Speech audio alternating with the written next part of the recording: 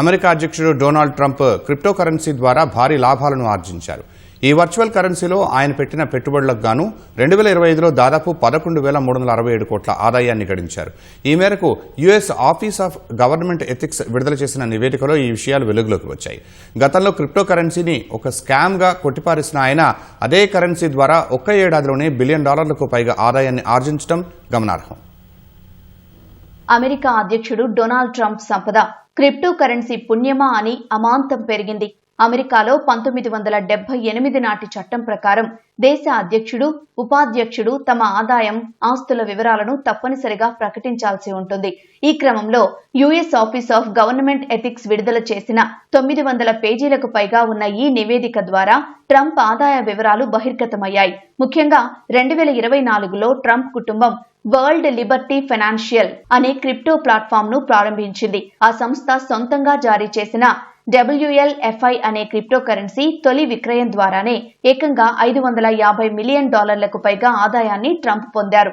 DT marks DeFi అనే అనుబంధ సంస్థ ద్వారా ట్రంప్, ఆయన 3 కుమారులు అదనంగా మరో 22.5 బిలియన్ల WLFI టోకెన్లను సొంతం చేసుకున్నారు. 2025 ఏప్రిల్లో వరల్డ్ లిబర్టీ ఫైనాన్షియల్ సంస్థ అమెరికా డాలర్ విలువతో ముడిపడి ఉండే స్థిరమైన డిజిటల్ కరెన్సీని మార్కెట్లోకి తీసుకొచ్చింది. 2025లో అధ్యక్షునిగా ప్రమాణ స్వీకారం చేయడానికి ముందు ట్రంప్ తన పేరిట డాలర్ ట్రంప్ క్రిప్టో కరెన్సీని తీసుకొచ్చారు.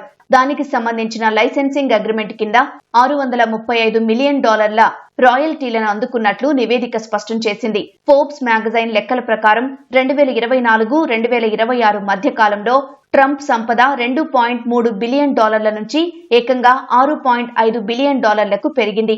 ఇవే కాకుండా కాయిన్ బేస్ వంటి ప్రముఖ క్రిప్టో ఎక్స్చేంజ్ కంపెనీల్లో ఉన్న షేర్ల ద్వారా కూడా ట్రంప్ మిలియన్ల కొద్దీ డాలర్లను ఆర్జించినట్లు నివేదిక పేర్కొంది. ప్రస్తుతం అధ్యక్షుడు ట్రంప్ నకు సంబంధించిన లావాదేవీలన్నీ ఆయన కుమారుడు డొనాల్డ్ ట్రంప్ జూనియర్ నిర్వహించే ఒక ట్రస్ట్ ఆధీనంలో ఉన్నాయి. అధ్యక్ష పదవి నుంచి దిగిపోయిన తర్వాత ఈ ట్రస్ట్ ను ఎప్పుడైనా రద్దు చేసి ఆస్తుల నిర్వహణ తన చేతిలోకి వెళ్లేలా ట్రంప్ నిబంధనలు రూపొందించుకున్నట్లు తెలుస్తోంది. ఒకప్పుడు బిట్కాయిన్ ను తీవ్రంగా విమర్శించిన ట్రంప్ ఇప్పుడు అదే క్రిప్టో రంగానికి మద్దతుగా నిలవడమే కాకుండా తన వ్యక్తిగత సంపదను అనూహ్యంగా పెంచుకోవడం అమెరికా రాజకీయాల్లో తీవ్ర చర్చనీయాంశమవుతోంది.